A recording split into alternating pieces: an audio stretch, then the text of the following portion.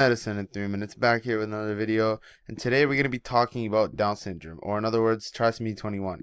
Let's get straight to the point. We're going to keep the subject clear, brief, and obviously illustrated. So let's get started. So just before we get into the video, I just want to remind you guys that we are going to be using a lot of visuals throughout the video. So be sure to relate those videos to whatever concepts or terms we're trying to get across in the video. Yeah, it's really a great tool. It's a great method of learning, and it will definitely help you out if you're ever studying for a test, if you have a quiz coming up, or if you ever just want to get a concept or a term across. Definitely use the images and the visuals. They're very helpful. So when we're going to be looking at Down syndrome or trisomy 21, at an early stage when the baby is just a newborn, we can find signs of a decreased tone. Sorry for the typo. So basically the child is going to be a bit darker. He's going to be less pale, less red than a baby would normally be. That is going to be your first sign. There is going to be oblique palpable fissures.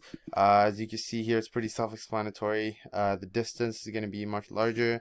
There's going to be a simian crease. So in a normal patient, you would find that this crease would go along and it would kind of just cut off, and it would not reach all the way until the thumb area, this intersection.